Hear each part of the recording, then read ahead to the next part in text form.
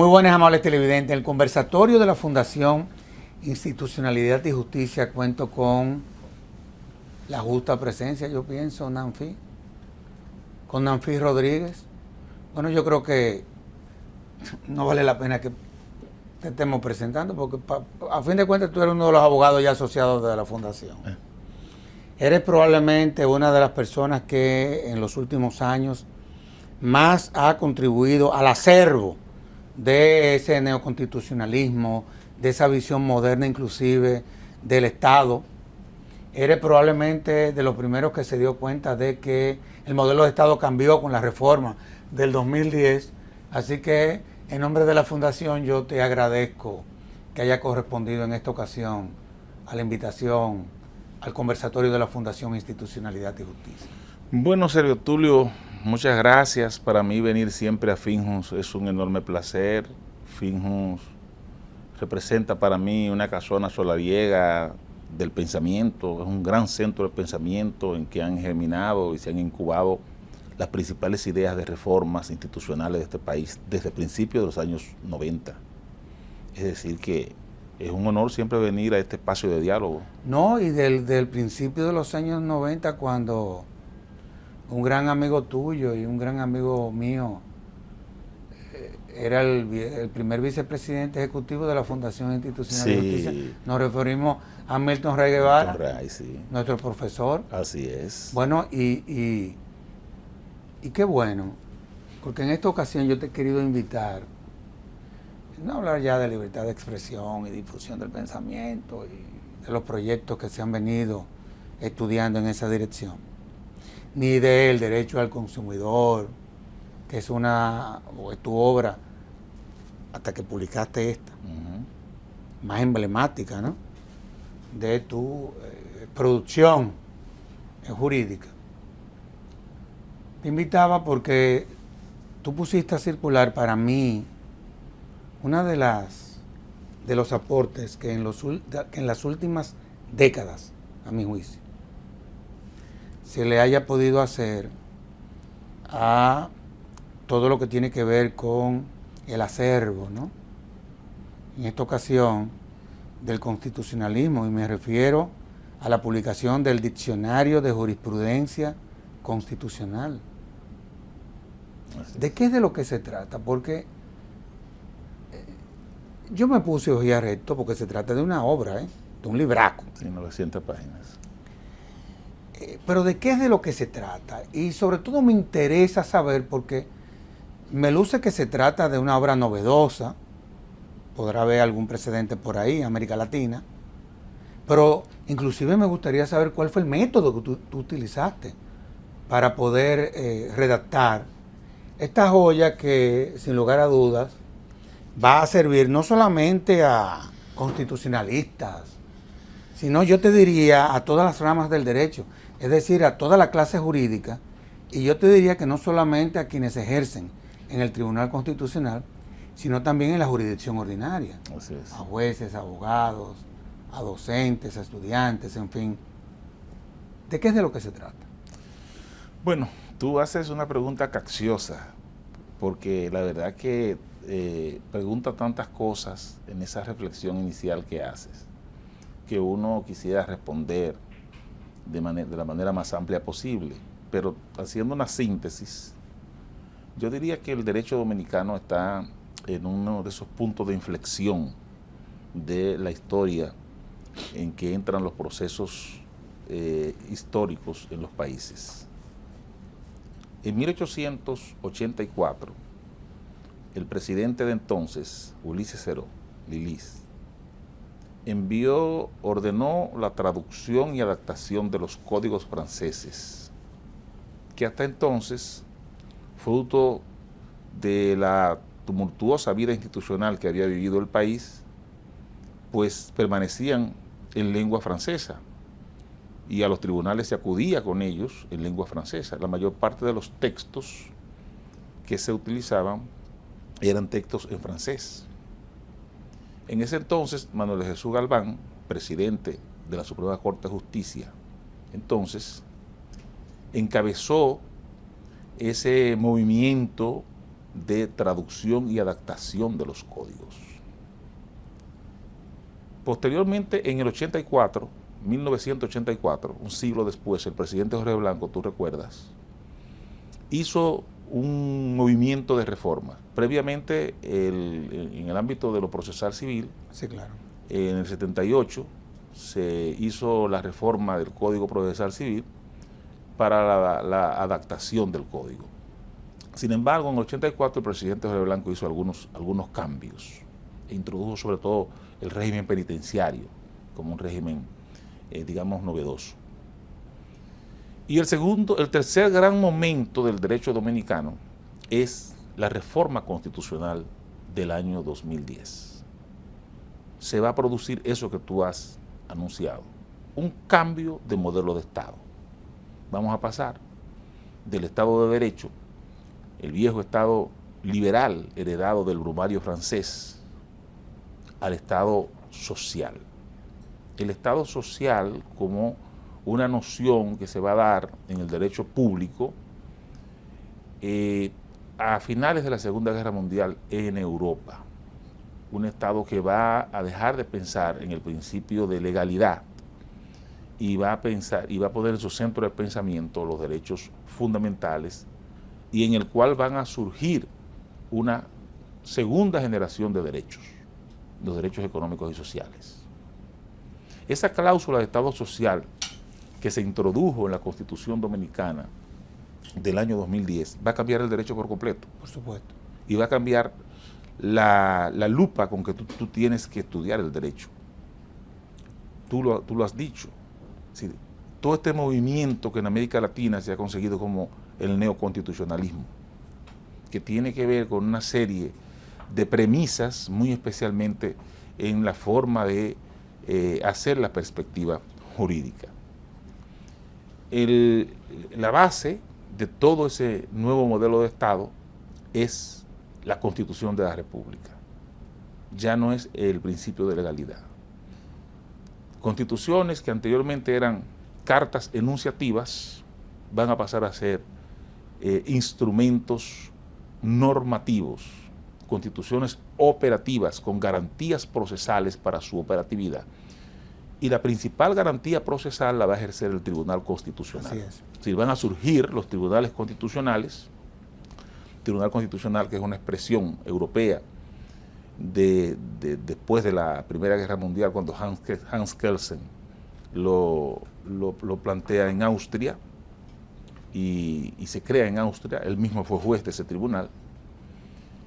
Y el Tribunal Constitucional va a ejercer el control, no solo el control de legalidad, sino el control y la interpretación del ordenamiento jurídico que se debe dar desde la atalaya de la Constitución. Es decir, todo el ordenamiento jurídico, legal, convencional, desde el punto de vista de los tratados internacionales, reglamentarios, la práctica administrativa, todo esto debe ser cónsono con una interpretación conforme de la Constitución. Es decir, estamos hablando, Servio Tulio y queridos amigos televidentes, de un cambio copernicano en el derecho dominicano. Estamos hablando de un nuevo derecho. En el centro, en el eje central de todo esto, entonces va a surgir el Tribunal Constitucional, como ya he dicho, con una característica específica. Sus decisiones son irrevocables y vinculantes para los poderes públicos. Esto lo que quiere decir es que su precedente es obligatorio pro futuro para los poderes públicos, incluso para el Congreso Nacional, en el sentido de que el legislador no puede legislar, no puede llevar a cabo su función esencial sin tener a la vista el precedente del tribunal. En resumida cuenta, de lo que estoy hablando es que hay un surgimiento de un nuevo derecho en el 2010 en República Dominicana. Y yo diría que mi diccionario, en esencia, lo que hace es compilar esa primera década esos primeros 10 años de jurisprudencia del Tribunal Constitucional. Compilarlo de una forma distinta a como tradicionalmente se había compilado la jurisprudencia en el país, utilizando un método semántico de vocablos asociados a el derecho constitucional y al derecho general, que son desarrollados por el Tribunal Constitucional desde el punto de vista conceptual, enunciando en qué consiste esa palabra o ese vocablo, y posteriormente se va a dar un desplazamiento, un despliegue de límites, alcances, naturaleza de ese instituto, de esa palabra. Es decir, que es un método muy didáctico, muy práctico para abogados, para profesores, para estudiantes, para ciudadanos. No, sin lugar a dudas. Y qué bueno que tú hicieras cita de la Constitución del 2010, porque ciertamente hubo un cambio de modelo de Estado. Esa es la realidad. No solamente tenemos ahí los derechos económicos, sociales, culturales, sino también que creamos las instituciones que lo iban a garantizar, y ahí vamos entonces al TC. Ahora bien, tú hablabas de esa visión exegética, digámoslo así, que le heredamos de Francia. Oye, que no era fácil, Hemos visto este cambio en donde la jurisprudencia, digámoslo así, ya se convierte en la madre de verdad, ¿eh? O sea, a la que hay que tomar en cuenta en todo proceso. A partir del 2010, ¿cómo ha venido cambiando entonces la jurisprudencia? Tradicionalmente nosotros teníamos un modelo de jurisprudencia judicial. Digo judicial, y voy a hacer la aclaración, porque el Tribunal Constitucional no forma parte del Poder Judicial. El Tribunal Constitucional es un órgano constitucional autónomo que tiene esa doble naturaleza. Como órgano constitucional autónomo, igual que la Cámara de Cuentas, la Junta Central Electoral, el Defensor del Pueblo, pero que también tiene competencias jurisdiccionales. Es lo que el presidente del Tribunal Constitucional ha llamado la creación de un nuevo poder, el poder jurisdiccional, que va a reunir el poder judicial clásico y los otros tribunales del orden constitucional que no pertenecen al poder judicial, que serían el Tribunal Superior Electoral y el Tribunal Constitucional. Entonces nosotros tradicionalmente tuvimos ese modelo de jurisprudencia retenida en el Poder Judicial, especialmente en la Suprema Corte de Justicia, que ejercía ese control, digamos, de la unidad del criterio de aplicación del derecho. Sí, lo concentraba todo. Del derecho judicial.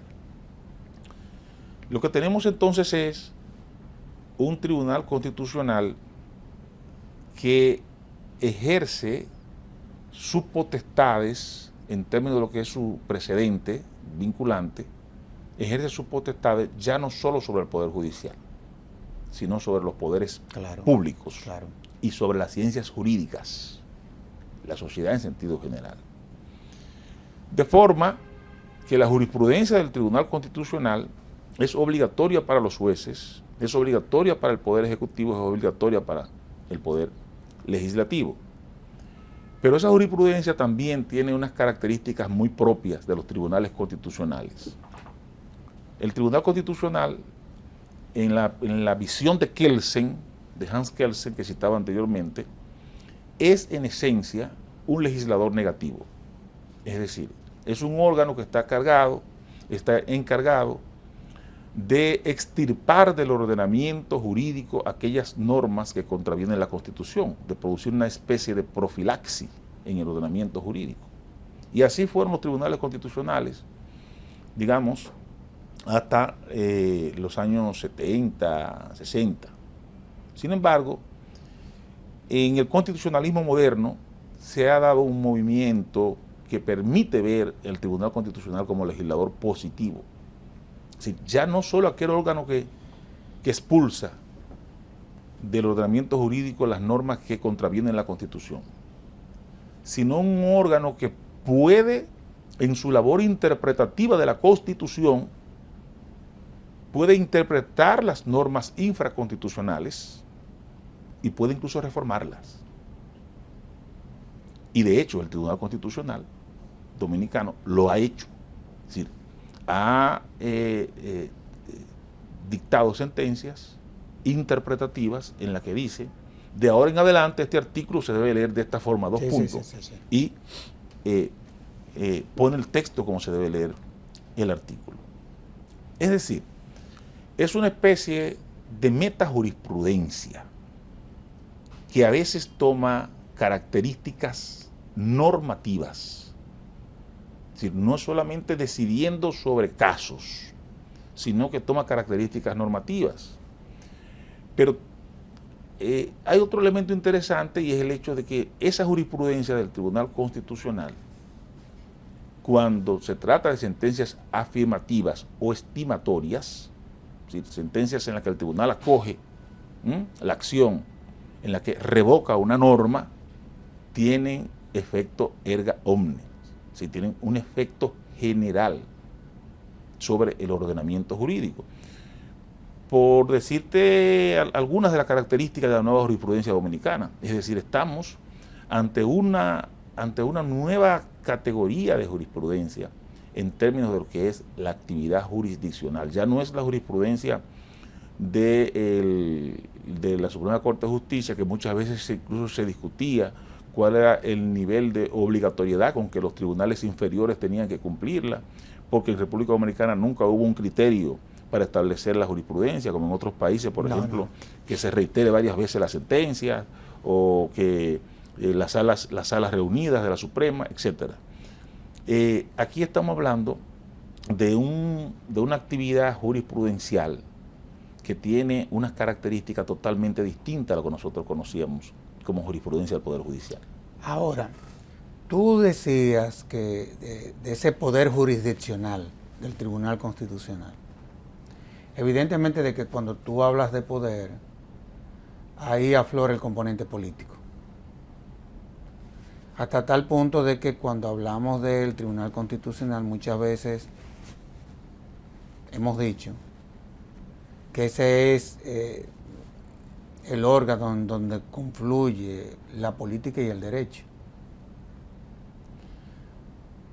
¿Cuándo confluye realmente la política y el derecho en el Tribunal Constitucional? Y si tú me puedes decir también cuándo tú has visto que se ha separado una de la otra, en todo lo que han sido estos casi 11 años del Tribunal Constitucional, en donde ha dictado 6.700 y tantos sentencias. Es uno de los tribunales constitucionales inclusive más floríficos de América Latina. Sí, sí. Tiene un promedio. Este año llevamos por 600 y pico. Sí, el promedio son de 700 más o menos. Va para 800 este año, o cuidado si se mete en 900. Y también hay que evaluar la calidad de las mismas, son sentencias muy buenas. Sí, así es. Esa es la realidad. Así es. Mira, el Tribunal Constitucional es un órgano que por su naturaleza, por su posicionamiento en el aparato del Estado, ejerce el control, ya no solamente judicial, sino que ejerce un control sobre los actos políticos. Por eso te hacía la pregunta. Por una razón, el tribunal lo que hace es interpretar la Constitución. La Constitución es un cuerpo del dogma del derecho y de la organización del Estado. Claro, claro. Entonces, obviamente, fíjate tú que en la Constitución del año 2010, por vez primera, se constitucionalizan los partidos políticos. Así mismo es. Es decir, los partidos políticos que tradicionalmente habían estado regulados por el ordenamiento infraconstitucional, en esa Constitución ya aparecen las características, en ese artículo 216, las características de los partidos políticos: democracia interna, la transparencia, la participación, como vehículos que permiten la participación política. Entonces, estamos hablando de un órgano que tiene bajo su responsabilidad controlar las expresiones que se dan en el contexto de la vida pública dominicana, aún en el ámbito político, donde terminan las cuestiones que tienen que ver con el ámbito político. Y esa no es una característica exclusiva del Tribunal Constitucional Dominicano. Todos los tribunales constitucionales tienen esa naturaleza de controlar actos políticos de los actores políticos. Lo importante, incluso ha habido un debate sobre la composición del tribunal, que si es pertinente que solamente esté compuesto por jueces, o que si es pertinente que responda a un híbrido, claro, a una concepción, digamos, plural de personas que vengan del tren judicial, académicos y personas también, incluso que vengan de los partidos políticos. Nosotros tenemos experiencias muy interesantes. Por ejemplo, el mismo presidente del Tribunal Constitucional venía de la política, pero un hombre con una vida muy activa, claro, política. Claro. Pero con una visión de Estado muy clara. Con una visión de Estado muy clara. Muy clara. Tú tienes, por ejemplo, jueces como Isabel Bonilla, claro, que es jueza emérita, claro, del tribunal, que es un excelente... sus votos disidentes son inclusive emblemáticos. De Isabel hay excelentes sentencias. No, y votos disidentes emblemáticos. Sí, excelentes sentencias. Y votos salvados también. Entonces yo pienso que hay un momento que muchas veces se preguntan sobre la influencia de el tema de que el juez haya tenido un pasado de carácter político, o de que un juez tenga una ideología en torno de un tema cualquiera de debate. Y yo pienso que se deja de lado la cuestión, Servio Tulio, de la forma en que un tribunal aborda los expedientes que le llegan. Sí, lo primero que un grupo de jueces tiene que valorar es que tienen materialmente un expediente, independientemente de cuál sea la ideología del juez. Lo segundo que hay que valorar es que esa decisión no está en manos de un juez, aún sea el juez ponente del caso, claro, sino que es una decisión tiene que construir un consenso, que va a requerir del consenso, por supuesto, de la mayoría, en este caso un consenso de 9. agravado de 9 de 13. Entonces, muchas veces cuando se aborda la cuestión de la procedencia política de un juez o de su formación, de ese tipo de cosas, se pierden de vista estas cosas. Los tribunales constitucionales deben responder a una visión, entiendo yo, que sea plural,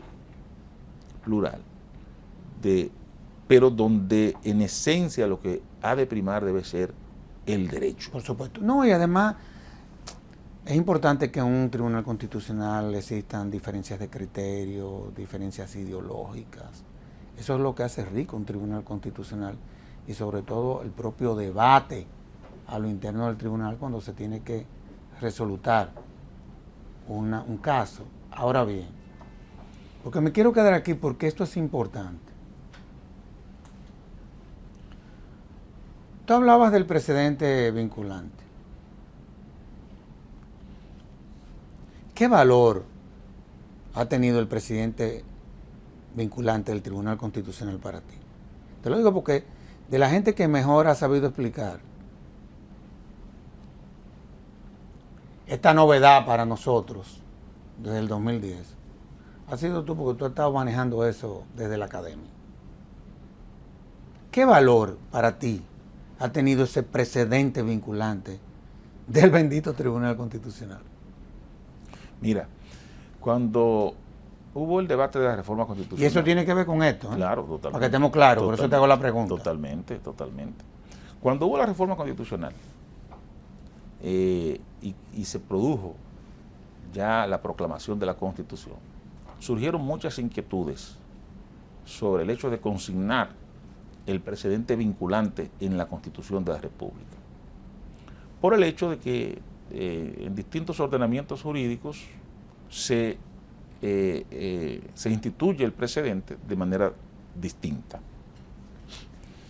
Por ejemplo, en Colombia, que digamos es un modelo de constitucionalismo al que todos miramos, porque llegó primero, fue el primer país de América Latina que llegó al neoconstitucionalismo, sí, claro, en la reforma de 1991. Claro. Y su corte es una corte de referencia donde abrevan todos los tribunales constitucionales. En Colombia ese precedente no es constitucional. Ese precedente tuvo que ser instituido de manera pretoriana por el propio tribunal. Y eso provocó lo que se conoce como choque de trenes. Claro. El tribunal chocó con las otras dos altas cortes, en el caso de ellos, la Corte Suprema de Justicia y el Consejo de Estado, que ordena las cuestiones de lo contencioso administrativo. Y hubo todo un remenión en el derecho colombiano en torno al precedente. Y en la doctrina colombiana hay libros que son, yo diría, un poco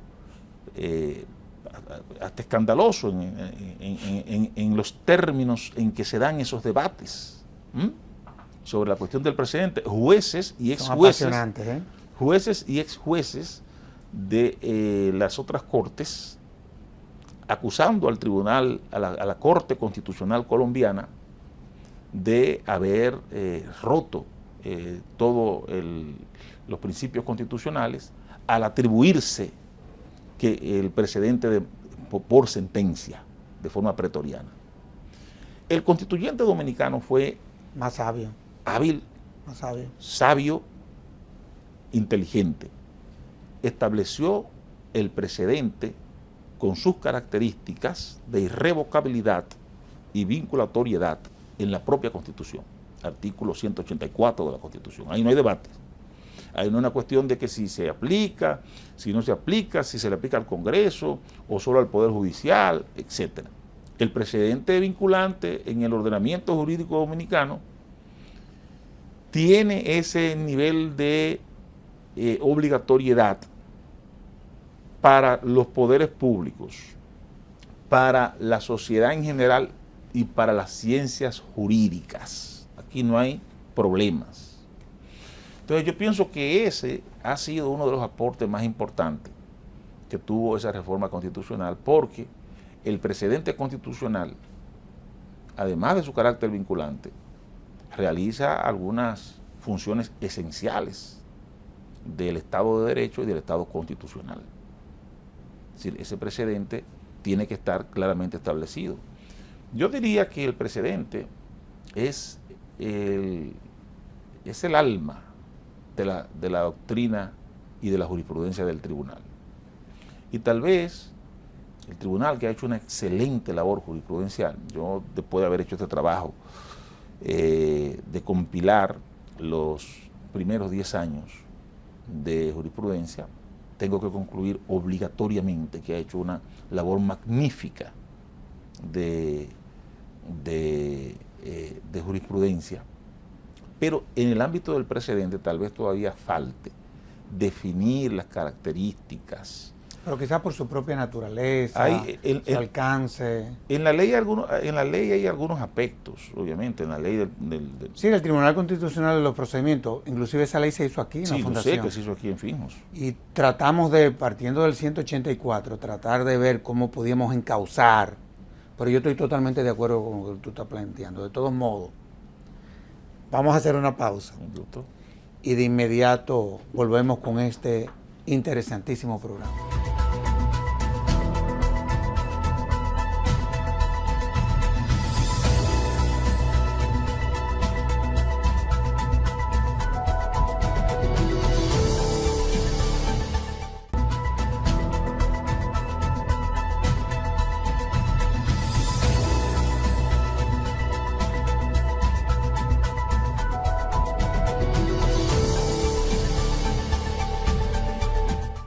Nanfi, la verdad es que también todo lo que tiene que ver con el control de la constitucionalidad, hemos visto que los jueces ordinarios son jueces constitucionales, ese control difuso. ¿Cómo tú ves esa dualidad, por ejemplo, de ese control desde o entre la Suprema Corte de Justicia y el Tribunal Constitucional? ¿Cómo tú ves? Eso hay que explicarlo mucho porque en muchos países no se entiende. No, porque los países regularmente obedecen a dos modelos. O un modelo concentrado o un modelo difuso. Claro. Nosotros hemos tenido ambos controles en la historia del país. Y yo sigo con el libro, ¿eh? Sí, claro. Yo sigo con el libro. Yo te estoy haciendo preguntas que la saqué luego de haber leído la obra. Te agradezco. Tú eres un lector crítico. Para mí es importante que... Pero se refleja eso aquí también. Sí. Voy a un tema que se plantea ahí, en el libro. Nosotros tuvimos tempranamente tuvimos ambos controles. Ya en la Constitución primigenia de 1844 aparece el control difuso. Dice que los jueces del orden judicial ejercen el control constitucional de las leyes. Ese control había aparecido, tal vez, o sin tal vez, 40 años antes apenas, en los Estados Unidos, con el famoso caso Marbury versus Madison. Sí, en los Estados Unidos. Aparece, y ya nosotros en la Constitución de 1844 de San Cristóbal contenemos ese control. El control concentrado de constitucionalidad aparece en Austria en 1919 y ya en la Constitución de 1924, 3 años después, se instaura en República Dominicana. Increíble. Es decir, que hemos abrevado, hemos bebido tempranamente del constitucionalismo universal. Y de esa forma hemos tenido ambos controles alternándose. Después desaparece y vuelve y aparece entonces en la Constitución de 1994, que por cierto, el hoy presidente del Tribunal Constitucional, nuestro amigo y profesor, fue uno de los relatores. Es uno de los relatores de esa reforma. Él para entonces era director ejecutivo de la Fundación Institucional de Justicia. Ya estaba en fin. Así fue. Exacto. Entonces, pasa que vuelve y reinstaura el control concentrado, pero en cabeza de la Suprema Corte de Justicia, no de un tribunal constitucional. Lo que hace la reforma constitucional del año 2010 es recoger toda esa historia constitucional y hacer confluir ambos controles en la Constitución vigente de hoy día.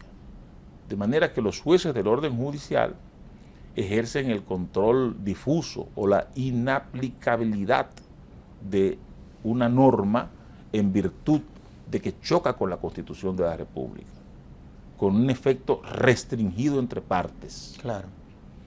Y el Tribunal Constitucional, de su lado, ejerce el control concentrado de constitucionalidad, que se va a bifurcar o que va a tener varias expresiones, digamos, varias vías.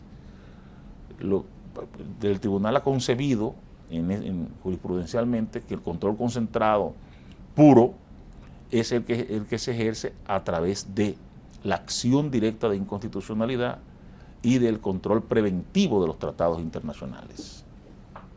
Sin embargo, el tribunal, la ley, le estableció lo que yo llamo unas competencias constitucionalmente diferidas al tribunal, que son 2 recursos más, que es el recurso de revisión de decisiones de amparo, de sentencias de amparo, y el recurso de revisión jurisdiccional, constitucional de decisiones jurisdiccionales. Y te voy a decir por qué eso lo pusimos así. Porque una sentencia es un acto de poder. Así es, totalmente. Si el Tribunal Constitucional está para controlar el poder de una u otra forma también, una sentencia es un acto de poder. O sea, suponte tú, un desalojo, que tú hablas de eso aquí, sí, claro. Por cierto, ilegal. ¿Tú sabes el impacto que tiene eso? Bueno, una de las sentencias más relevantes de esa compilación es una pretendida sentencia que controla un decreto sobre un desalojo. Sí. Que es el caso de los 3 brazos. Sí, sí. Y por vez primera, en el constitucionalismo dominicano empiezan a aparecer las nociones de decreto como acto administrativo del presidente de máxima jerarquía del presidente de la República. Dice el tribunal expresamente, el decreto es un acto administrativo. Es un caso que se refiere a un decreto que emite el presidente Danilo Medina para detener un desalojo de quienes dicen ser propietarios de todas esas inmediaciones de los Tres Brazos. Sí. Y entonces el decreto se fundamenta en el orden público. Y entonces el tribunal declara inconstitucional el decreto, haciendo una comparación, proyectándolo en el derecho de propiedad, y dice que en nombre del orden público no se puede desconocer el derecho de propiedad. Pero es una sentencia muy interesante. No, y además los fundamentos de esa sentencia son, la verdad que está muy bien estructurada. Ahora, sí, muy buena sentencia. Yo quiero seguir con el control difuso. ¿Cómo tú lo valoras? Qué bueno que tú, porque a veces uno se entretiene mucho en algunos temas. Mira, el control difuso es tal vez el control más importante, porque es el control que atañe al ciudadano de a pie, al que va a la justicia. La justicia tiene que ser, en un Estado constitucional, la justicia tiene que ser constitucional. Por supuesto. Y regularmente esas personas lo que hacen es que van a reclamar aspectos o asuntos que tienen que ver con derechos fundamentales, con la parte del dogma de la Constitución.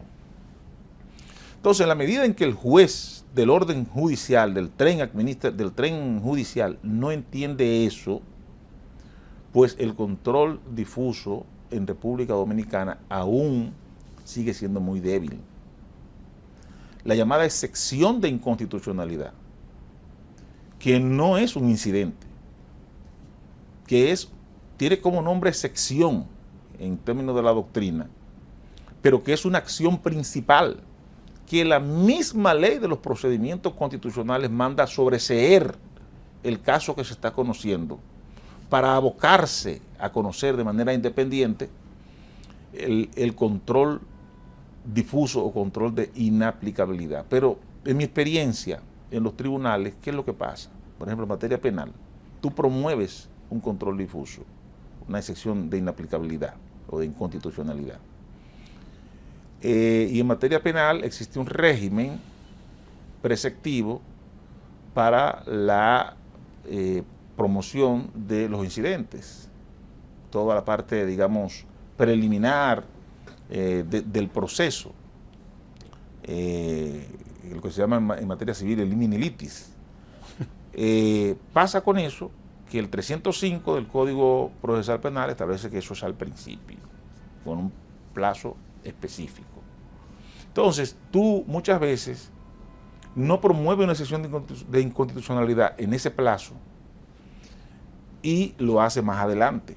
Claro, y el juez o te la rechaza o te la inadmite diciendo que ya ese plazo está sobradamente vencido, porque ese plazo se establece a partir de la celebración de la primera audiencia de 5 días para promover esos incidentes. Y no, la excepción de inconstitucionalidad regida por los artículos 51 y 52 de la Ley de los Procedimientos Constitucionales no tiene plazo. Es independiente, es autónoma. La excepción de inconstitucionalidad no tiene un régimen procesal preceptivo y preclusivo, si no se cierra, no tiene forma, se puede oralizar, se puede interponer mediante un escrito. Es decir, no estamos en el juez del orden judicial que se le interpone una excepción de inconstitucionalidad, tiene que desvestirse como juez ordinario y ponerse la toga y el birrete de juez constitucional. Está juzgando la Constitución, la norma, la ley, en comparación con la Constitución en ese momento y para ese caso, para la aplicación de ese caso. Eso aún no se entiende muy bien en el orden judicial. Ahora. Y entonces, Servio Tulio, discúlpame, se ha agravado todo eso porque tenemos un débil control abajo en los tribunales del orden judicial. Y por una interpretación entre la Constitución de la República que establece que el control difuso lo ejercen los tribunales del tren judicial, del Poder Judicial, y la ley orgánica de los procedimientos constitucionales, el Tribunal Constitucional se ha rehusado a controlar el control difuso. Y es una gran contradicción. Y ha sido una de las críticas. Porque incluso el control difuso es uno de los causales para que abre el recurso de revisión constitucional de decisión jurisdiccional. No, y esa ha sido una de las críticas que se le ha hecho al tribunal, ¿eh? Honestamente hablando te lo digo. Ahora, vámonos para el control concentrado.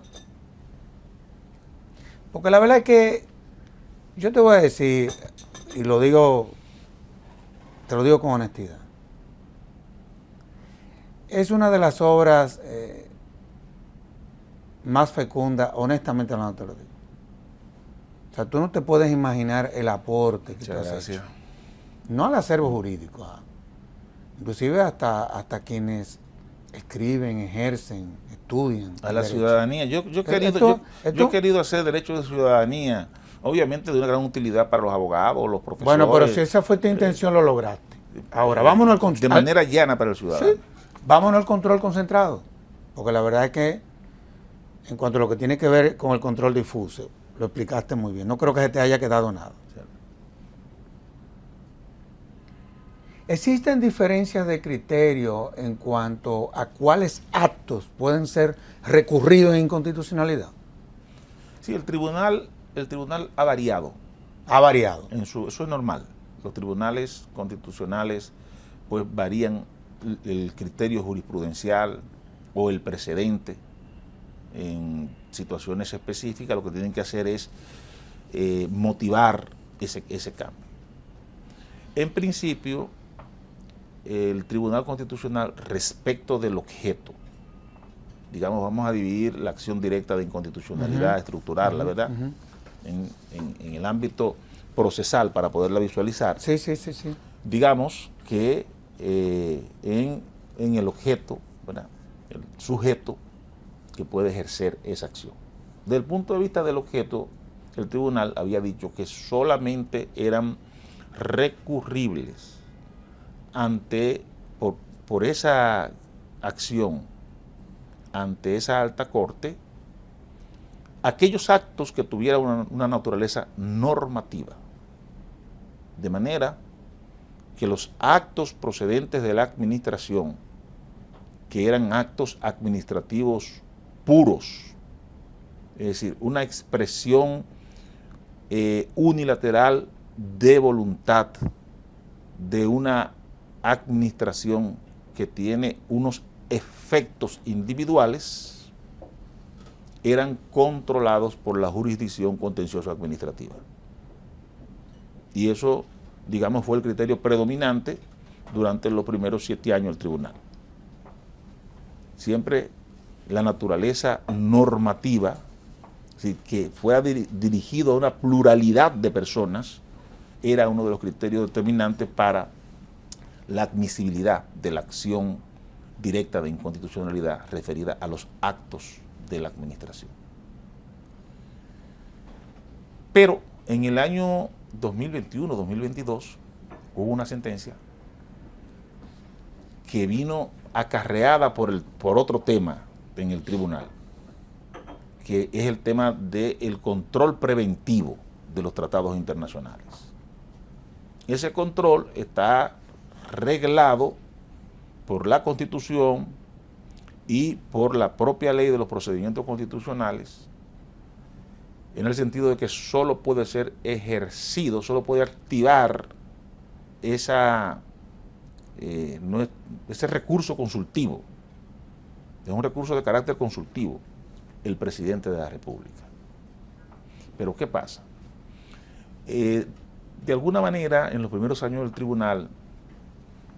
Esa fue una sentencia del año pasado. Del año pasado, sí, del 22. De alguna manera, en los primeros años del tribunal, se permitió que tratados internacionales o instrumentos de derecho internacional público, y tú sabes muy bien, tú conoces mejor que yo el tema porque tú has desempeñado funciones diplomáticas importantes, instrumentos internacionales que ya estaban vigentes, fueran recurridos mediante la acción directa de inconstitucionalidad. Entonces, el tribunal, bueno, tú recuerdas el instrumento de adhesión a la Corte Interamericana. Exacto. Entonces, ¿qué pasa con esto? El tribunal, el año pasado, para deshacerse de esa situación, estructura como debe ser, estructura dice, no, cada recurso tiene una naturaleza, y a partir, ese es un precedente, incluso lo enuncia, a partir de este momento el tribunal cambia su criterio y solamente recibe, mediante acción directa de inconstitucionalidad, aquellos actos que expresa el artículo 185 de la Constitución, dígase, leyes, decretos, reglamentos, resoluciones, etc. Sí, lo que yo llamo, digamos, que el tribunal dio un giro y adoptó un criterio nominativo, en el sentido de que solo la nómina del artículo 185 de la Constitución. Pero esa sentencia tiene un detalle, dice, sin importar la naturaleza del acto.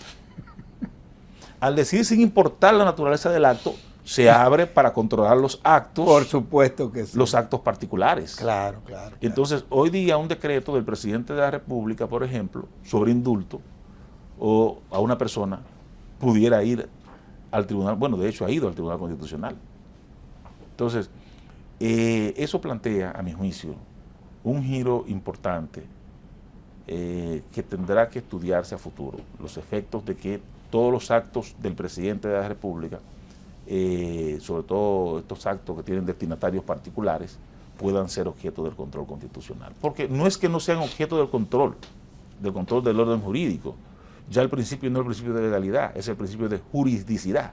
Es decir, el principio de juridicidad lo que dice, todos los actos de los poderes públicos están sometidos jurídicamente al control de los tribunales. Entonces, lo que pasaba era antes que eso no iba al tribunal, sino que eso iba a la jurisdicción contencioso administrativa. Claro. Que hacía un estudio de legalidad, como porque al fin y al cabo, ya hemos dicho que un decreto es un acto administrativo. Si un decreto está, digamos, tiene que cumplir el parámetro de comparación, de proyección con la ley y con la propia Constitución. No, y además, a fin de cuentas, la jurisdicción administrativa está para someter al orden a la administración. Totalmente. Esa es la realidad. Totalmente. Y es lógico lo que tú estás planteando. Ahora bien, es increíble, el programa se está terminando. Tenemos una hora hablando. Y ahora que... hemos entrado ahora que estamos entrando en materia. Sí, bueno, hemos entrado en varias cosas interesantes, sí, pero tú has conducido este programa en temas, digamos, de la práctica, sí, del ejercicio. Pero hay una pregunta que yo no te puedo dejar de hacer, sobre todo porque tú has trabajado mucho el tema de la libertad de expresión. Y el tribunal ya se ha pronunciado sobre eso. Tú eres de los grandes expertos de esa figura en el país. Yo pienso que no solamente por tu condición de jurista, sino por tu condición de periodista también. Sí, fui periodista. Sí. Y te sale. Sí. Te sale. Sí. Es el mismo criterio para, por ejemplo, la libertad de expresión que discurre en las redes, a aquella que discurre en los medios de comunicación tradicionales. ¿Es el mismo? Te agradezco la pregunta porque tú has puesto uno de los temas de debate del constitucionalismo, pues digamos de última generación, que es el tema de redes sociales. Las redes sociales, su emergencia han producido una ruptura del paradigma de la libertad de expresión, en el sentido de que una libertad de expresión que se ejercía por sacerdotes de opinión pública, sí, por directores de medios, líderes de opinión, etcétera, hoy día es una libertad de expresión totalmente abierta. Entonces, todo el mundo es comunicador y periodista. Nos ha correspondido vivir un tiempo de cambio que aún tiene muchas interrogantes abiertas, y sobre todo en el área nuestra, en el área jurídica. Claro. En el área jurídica se preguntan, esta libertad de expresión que se da en redes sociales y la que se da en televisión o la que se da en un periódico, en una emisora, la sanción debe ser la misma. Y la verdad que hay todo un debate sobre el tema. Hay todo un debate. Y nuestro Tribunal Constitucional, que ha ido bebiendo tempranamente de la jurisprudencia de otros tribunales, ya se ha acercado al tema. Y en su sentencia 0092-19, que a mí me correspondió ser abogado ponente en esa sentencia, el tribunal dice que por el hecho de que la libertad de expresión o el acto que se considera lesivo al honor de la persona se haya materializado a través de una plataforma digital, una de estas nuevas plataformas digitales, por ese hecho, puro y simplemente, no ha lugar a diferencias de la libertad de expresión. Digamos que esa es la posición de la Comisión Interamericana de Derechos Humanos sobre el tema. La Corte aún no ha fijado una posición, digamos, oficial. Y el Tribunal Constitucional Dominicano, igual que la Corte Constitucional Colombiana, ya se está aproximando a resolver un problema que en países desarrollados no se ha resuelto. Para que tú veas la importancia de la jurisprudencia del tribunal. Por eso este libro mío último es tan, digamos, importante, novedoso, en el sentido de que nos pone en la perspectiva, en la visión de lo que el Tribunal Constitucional Dominicano ha hecho. Claro. En estos 10 años. Han sido 10 años muy fructíferos en los que nos hemos acercado a cortes, imagínate tú la colombiana, que está desde el 91. No, y no solamente a la colombiana. O la peruana. Sí, y inclusive yo te diría que hasta corte de otras latitudes. Europea. Para mí, europea. Claro. Para mí el Tribunal Constitucional Dominicano tiene que estar entre los primeros tribunales constitucionales del mundo, en honor a la verdad. Porque se da un diálogo, honor a la verdad. Se da un diálogo regularmente entre los tribunales constitucionales, y el dominicano lo ha entendido muy bien en su jurisprudencia, y las cortes internacionales de derechos humanos, que ejercen el control de convencionalidad, por supuesto, el control de los tratados internacionales. Ese diálogo es un diálogo productivo, es natural, es normal que los tribunales constitucionales, sobre todo en derechos humanos, ya no tal vez en el tema orgánico, pero sí en derechos humanos, miren esa doctrina y esa jurisprudencia, y creo que el Tribunal Constitucional Dominicano lo ha entendido muy bien. Yo recuerdo a don Carlos Gaviria, que fue el primer presidente de la Corte Constitucional Colombiana, que me tocó entrevistarlo aquí en este espacio unas 3 o 4 veces, y que fue invitado inclusive cuando creamos el Tribunal Constitucional en el 2010, un tanto como para que los jueces que habían sido electos comenzaran a tener esa visión comparada. Iba en la misma dirección de lo que tú estás planteando hoy, pero él lo planteó hace casi 30 años. Sí. Nanfi, en nombre de la Fundación Institucionalidad y Justicia, te agradezco la cátedra que diste en este espacio una vez más, así que gracias, y recomiendo la lectura de esto. Esto es un arma de reglamento para cualquier abogado. Sí. Así que lo recomiendo en honor a la verdad. Por lo menos, discúlpame, no tanto, digamos, como la lectura, son 900 páginas. Pero no, es un libro de consulta permanente. Por lo menos la consulta. Pero es bueno leerlo, no te creas, porque es muy didáctico. Muy didáctico. Y a fin de cuentas contribuye a tú tener una visión holística de todo lo que se ha conocido en el Tribunal Constitucional. Didáctico, así que gracias. A ti, Sergio Tulio, y a Finjos. Y a ustedes, amables televidentes, les decimos hasta la próxima, en donde estaremos en un nuevo conversatorio de la Fundación Institucionalidad y Justicia. Hasta entonces.